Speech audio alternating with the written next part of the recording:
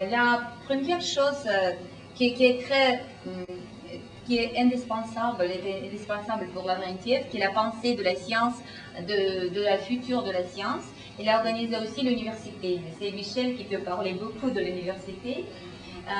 C'est pourquoi nos savants, les savants distingués, ils peuvent voir les écoles, ce qui est très important pour les savants. Et on organise des concours, et les étudiants sont très forts. Michel, pourriez-vous dire quelques mots? J'étais en train justement de dire que nous avions actuellement une vingtaine de nos étudiants qui faisaient leurs études à l'école polytechnique à Paris, ce qui a priori était déjà une preuve que nous avons de bons étudiants puisqu'ils ont fait ce concours. Actuellement, la plupart des étudiants russes à l'école polytechnique et dans les grandes écoles Paris-Tech sont des représentants de notre université, ce dont nous sommes tout à fait fiers, et ce qui prouve que ce sont des bons étudiants. Et ce qui est aussi très important, une individualité de l'Académie Borodok, que nous avons les centres que les instituts organisent eux-mêmes. Plusieurs instituts organisent un centre et ils explorent un problème ensemble. Ça, ce qui a permis d'étudier ce domaine très profondément. On va vous montrer maintenant, nous allons voir quelques recherches. Vous allez voir que plusieurs instituts, dans des domaines très très différents, ils travaillent ensemble.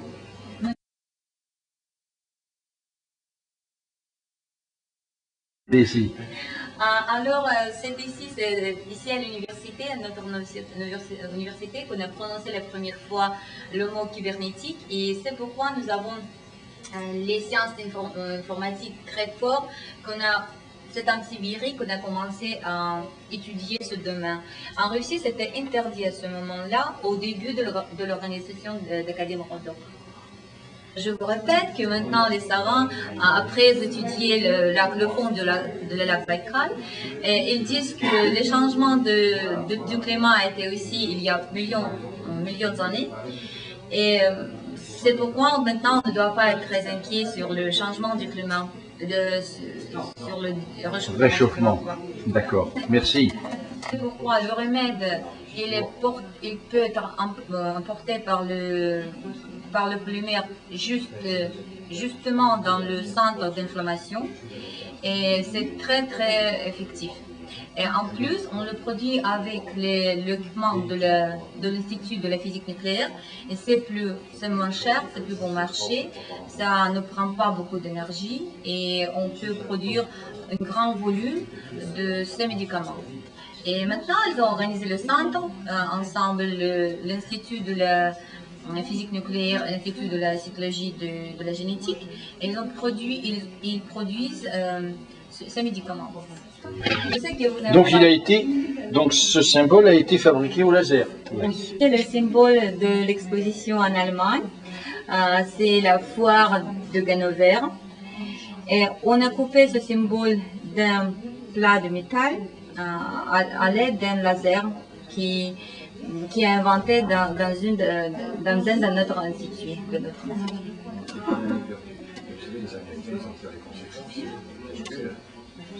Les catalysateurs qui permettent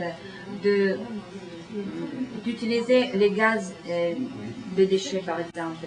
Si avant nous avons dû brûler ce gaz, maintenant on l'utilise pour faire l'huile de moteur, par exemple, ou aussi de l'essence de bonne qualité. Tandis que, je le répète, tandis qu'avant, on a brûlé ce gaz. Où on n'a pas utilisé les déchets qu'on utilise maintenant. Par exemple, vous voyez ce simple construction, c'est seulement l'air. Et ce gaz qu'on a brûlé autrefois, avec l'aide de catalysateurs, ça donne de l'eau, de la température, et ce gaz que les plantes peuvent utiliser pendant la nuit. C'est pourquoi on l'utilise pour réchauffer les maisons vertes, et puis les bâtiments pour garder les...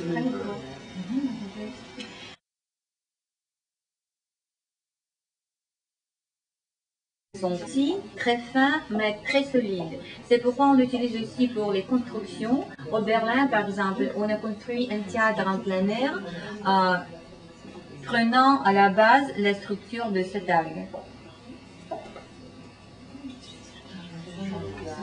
Parce qu'avant, on n'a pas trouvé la momie féminin de cet âge.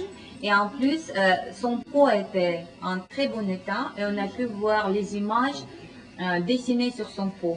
Et on dit qu'à cette époque-là, c'était 3 et 4 siècles avant Jésus-Christ qu'elle vivait. Les images sur les peaux étaient très très importantes parce que on croyait qu'elle protégeait contre les diables.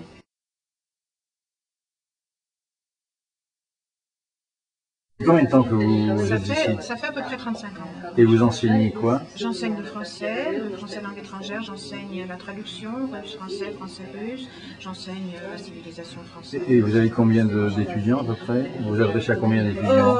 Bon, ce sont des groupes d'une quinzaine d'étudiants et donc j'ai généralement 3 ou 4 groupes. On fait aussi des études scientifiques, des études de recherche, des mémoires de diplôme. Bientôt nous allons avoir des soutenances de nos diplômes, c'est très intéressant.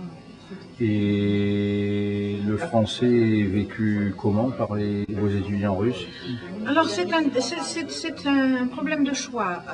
Le français en général est choisi par amour, assez peu souvent par intérêt, parce que malheureusement jusqu'à présent en Sibérie nous avons très peu de débouchés pour des personnes qui sauraient le français. Je fais appel à tous les Français, tous les industriels français, toutes les entreprises françaises qui voudraient venir s'installer en Sibérie, qui a de grandes perspectives et que ce serait des perspectives pour les personnes par exemple qui ont des doubles diplômes, puisque nous avons des étudiants qui ont des doubles diplômes de grande école d'ingénieurs française et diplômes de notre université qui sont francophones, qui pourraient trouver ici des débouchés merveilleux si nous avions des entreprises françaises. Malheureusement pour les autres, il n'y en a pas beaucoup, donc mes étudiants avec le français n'ont pas toujours les débouchés qu'ils devraient avoir. Et vous aimez la Sibérie alors? Moi j'aime beaucoup, je ne suis pas attachée avec une ficelle, si je devais partir, je serais partie depuis longtemps, mais je suis venue ici et je n'ai pas du tout réussi à partir.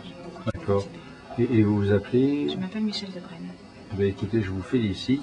Et moi, je suis d'accord avec vous. Je trouve que la Sibérie est un pays qui vraiment mérite d'être connu et nos entrepreneurs français devraient y avoir plus qu'un pied.